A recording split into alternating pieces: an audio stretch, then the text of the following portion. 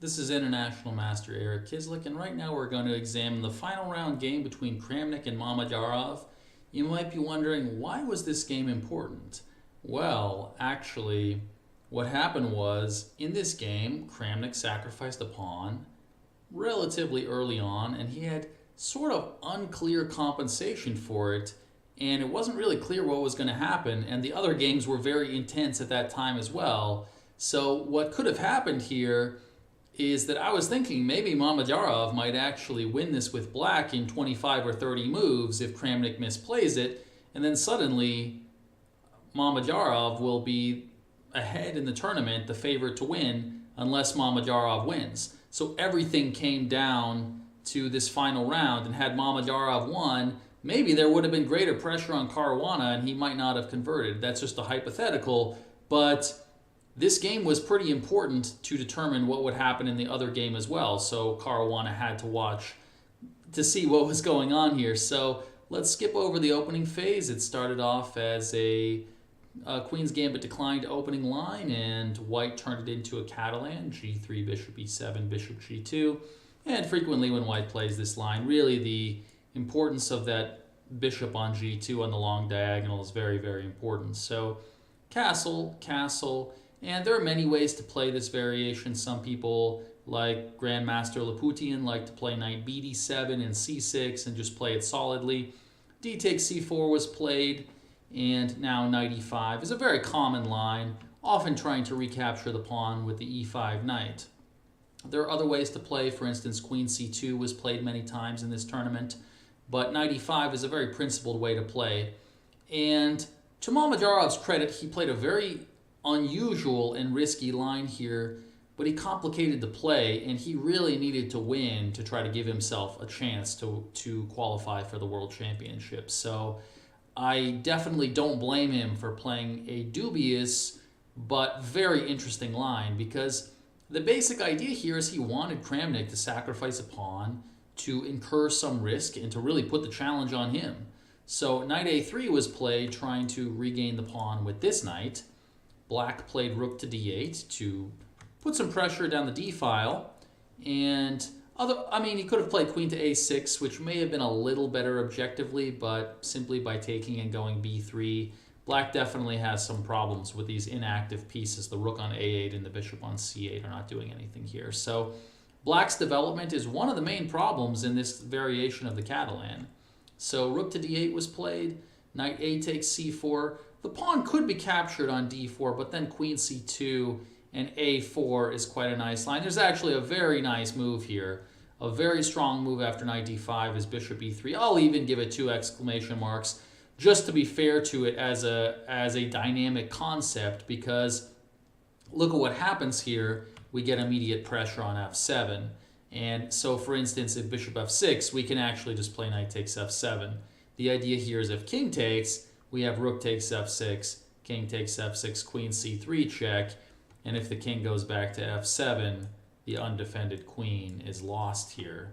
So, well, also if the king goes here too. So this is a really beautiful dynamic move. This is exactly the kind of move that's very, very easy to miss. But Mamedyarov played queen to a6. So he was trying to exploit the pin along the file here. Actually, what turns out to be the best way to play for White is to go b3, c5, a4. And this has a very deep pawn sacrifice in mind. So after c takes d4, we can play the beautiful bishop a3 to target the undefended bishop on e7. Bishop takes a3, rook takes a3, and this is really nice. Now White has the almost hilarious idea of trying to trap the queen on a6 with b4, b5. It's actually really hard to find a way to save the queen. So this is objectively winning for White. In a very unusual way, the queen ends up in tremendous trouble over there. So after h6, we can play bishop a3, queen c2, and f4. And here, Black's basic problem is, well, what do you do with these pieces? And eventually, White will find a way to capture the rook on d5, ideally, and have a big advantage. So queen c2 was played, which was still a very interesting sacrifice. Probably the best for Black is just to go bishop d7 and bishop e8. But here too, Black has problems with queenside development and just getting the pieces out. So if c5, we can just take and play, let's say a4, knight d5, rook f c1. White has all of these pieces trained over here on this side of the board, and there's not really much that black can do. It's a very difficult position to play. So Mamedyarov decided to take that pawn on d4. Here, the best for white would have been to play the strong move a4, and the idea here is that after knight bd7, we can throw in bishop e3. So in the game, bishop g5 was played, but the point is it's more effective to use the bishop on the e3 square to attack the rook. So here's the point. If knight takes e5, knight takes e5, notice this pawn is undefended, so we get to actually pick it up right away. Rook d8, queen takes c7, and here we simply get to enter a better endgame. So again, the same problem is black has terrible play over here on the queen side, terrible queen side pieces, and yeah, white's just in time, and if we look at the strength of these pieces, it's quite obvious white has a very big advantage. So a4 can be thought of as the pure refutation of black's play. So bishop g5, knight bd7, and here was a difficult decision. What should white do with that rook on f1? Should it come here to trade off the active rook, or go to c1? Going to c1 actually would have been a little bit stronger. The idea is takes, takes, and here we can simply go a3, and part of the problem is, again, the queen on a6 is quite far out of play, and what do you actually do here? For instance, let's say I just go back with bishop f4. So after rook to d8, I can play the move e4. And the problem is, look at the queen here. So after bishop to d7, I go bishop f1. And now the queen is in quite some danger. You know, imagine if the queen comes here and I simply play knight to c4. The c7 escape square is covered, so the queen on a6 has a lot of problems. So rook f to c1 is actually an improvement. And here, in a practical game, Mamedyarov would have been under a lot of pressure. So anyway, he played rook f d1, rook takes d1, rook takes d1. Black made the correct choice of trying to make some exchanges. Takes, takes, queen a5. Okay, so both of these undefended pieces are targeted here, and white played bishop f4 to simply defend the knight. So now knight to d5 was played, and white threw in bishop to e4. This was a good move to include. g6, bishop h6. So we wanted to have the bishop here just kind of covering the kingside dark squares, and eventually white will try to add more force to the attack. So queen c5, black tries to trade queens. White realizes, hey, you know, I have a better queen position, and I also have a better king position, so I don't want to trade queens here. Queen b4, they repeated moves here, and then here he played queen to d3, which is a nice move. It's nice to have the queen and rook lined up here, and the queen may also go elsewhere. It may also go to f3 in some cases. So I think the best move here would have just been to use the bishop to defend over here, to basically just use the bishop here. So after knight g4, bishop g7, in this case, black's defense is very, very solid. For instance, takes, takes, knight g4, queen e7, and black is very, very solid and can defend here. So in the game, queen d6 was played when arguably white should play the move knight to g4, and if, for instance, c6, queen to f3, after the move f5, takes, takes, notice the black king position here, we have the move queen to c3, quite a nice little move to throw in here. So black has to give the pawn back, and now we get a slightly better endgame because of our pawn structure. So white's pawn structure is slightly better here, and he has a small advantage. Anyway, knight c4 was a very natural move.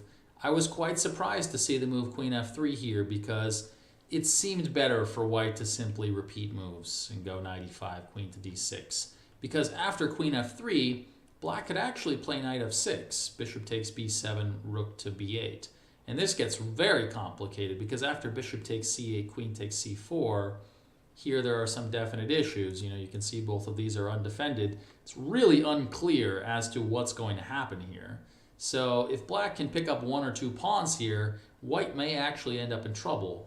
But, okay, if you play out the line here, takes, takes, knight d5, takes, here white can play a nice sacrifice. This is very hard to see from that starting position. Rook takes e6 is a nice move. And after takes, takes, king h8, bishop takes d5.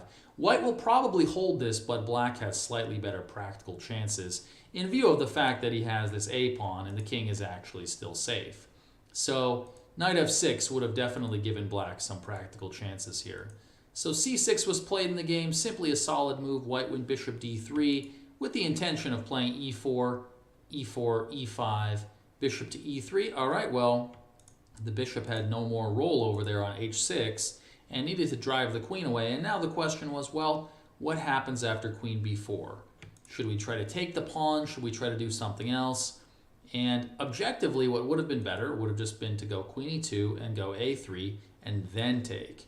And here, white would be objectively equal. We can play rook e1, everything is nice and safe. We can enter the endgame here. And if they take on e4, we take on a7, and the position is only equal. But knight takes e5 was played, and here the issue was, well, what happens if just bishop e6? For example, bishop g5, king to g7. Here, white's problem is the pieces are a bit scattered. The pawns are still undefended.